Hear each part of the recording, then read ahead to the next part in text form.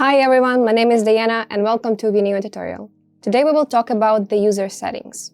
So first of all, you go to your left corner and then you click on this little icon of a person and then view profile. So on the user details, you will see your email, password, and the language of your application. So you can actually change your language, you can also change here your password and all other information. So the second is the users.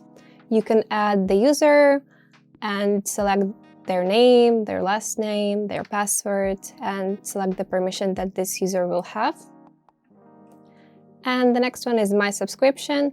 This is where you can either upgrade your subscription or see all features or learn more about this specific subscription. So this is it for this video. Thank you for watching and see you in the next one.